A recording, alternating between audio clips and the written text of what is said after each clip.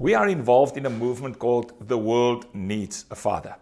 Now, many people ask me, where did this start? Well, this is about 22 years back. And it started in a really dramatic way, I would say. There are defining moments in your life that determine the course of your life.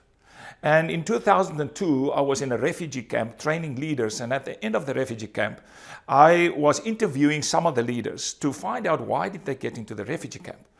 And this one leader came in and I said, "Sir, why are you here?" And he said, "Sir, I was a leader in a small little village. And then the rebel forces came into the village, 18, 19-year-old boys.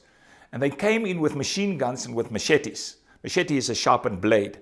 And they came in with that and they rounded us up. They made us stand in the long line. And he said there was a 6-year-old boy on the side of the line. They took the boy, they took the machete, and they chopped off his hand.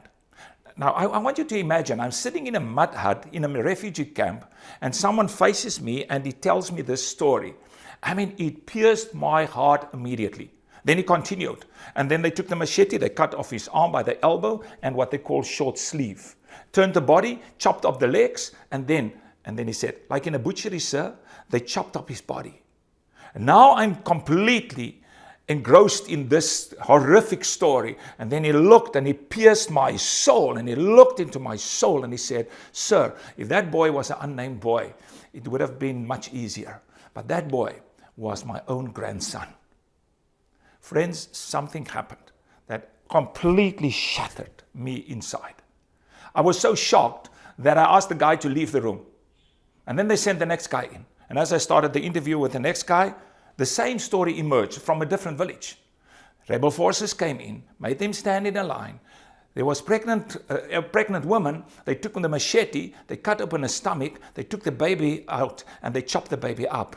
And he said, "Sir, that is how they killed my own daughter."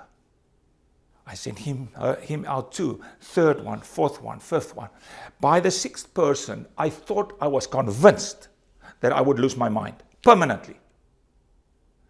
So I sent the people out and I cried out to God and I said, "God, what is wrong with Africa?" Because I was a trainer of leaders in Africa. 3 years prior to that, I started the first Leadership Institute. And I was about to start the second Leadership Institute to train leaders from across Africa and the rest of the world. But that shock to understand that you don't train leaders just for the sake of leaders. You train leaders to transform nations, to transform culture. And what is the problem with Africa? And I had this deep sense that the problem with Africa is not poverty. And it's not HIV/AIDS, which was a huge problem at that time. The biggest problem of Africa was fatherlessness. First time I recognized this. And I recognized that because when I looked to the side, there was one little window and there were about 300 boys standing outside. Every 40th boy with a soccer ball under his arm that he made from plastic bags. And I felt the sense, we need fathers for these young boys. Train the soccer coaches to become fathers for these young boys. And that is actually where the journey started.